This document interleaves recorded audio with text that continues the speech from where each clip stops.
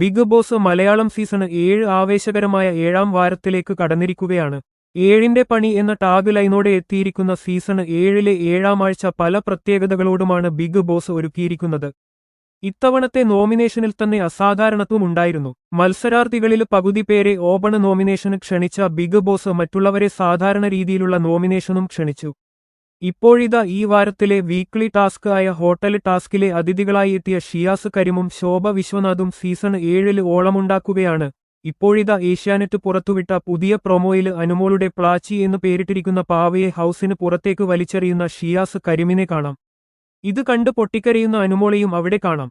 ഹൗസിലെ മത്സരാർത്ഥികളെ ഒന്ന് ഇളക്കുക എന്നത് ഹോട്ടൽ ടാസ്കിൽ അതിഥികളായി എത്തുന്ന മുൻ മത്സരാർത്ഥികൾ സാധാരണ ചെയ്യാറുള്ളതാണ്. എന്നാൽ ഷിയാസ് കരീം ചെയ്ത തരത്തിലുള്ള ഒരു ആക്ട് ഒരു സീസണിലേക്ക് എത്തുന്ന മുൻ മത്സരാർത്ഥികൾ സാധാരണ ചെയ്യാറുള്ളതല്ല.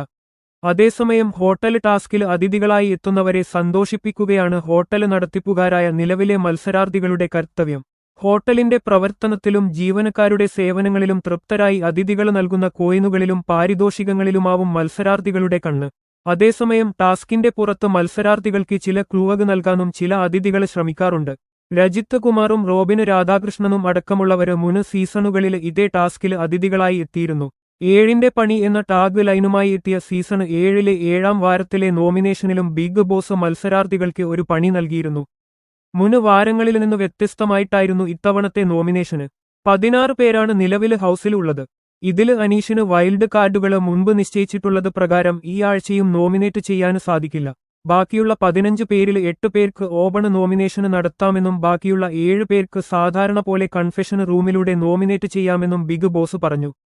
ഓപൺ നോമിനേഷന് ആരൊക്കെ ചെയ്യണമെന്ന് മത്സരാർത്ഥികൾ തന്നെയാണ് സ്വയം തീരുമാനിച്ചത്. ഇത് പ്രകാരം ഓപൺ നോമിനേഷന് സന്നദ്ധരായത് ജിഷിന്, ആദില, അക്ബര്, ഷാനവാസ്, നെവിന്, ബിന്നി, അനുമോള്, അഭിലാഷ് എന്നിവരായിരുന്നു. നേരിട്ട് തെരഞ്ഞെടുക്കപ്പെട്ട നൂറക്കൊപ്പം ബിന്നി, ആര്യന്, ആദില, ഷാനവാസ്, നെവിന്, സാബുമാന്, റേന, ലക്ഷ്മി എന്നിവരാണ് ഇക്കുറി നോമിനേഷൻ ലിസ്റ്റില്.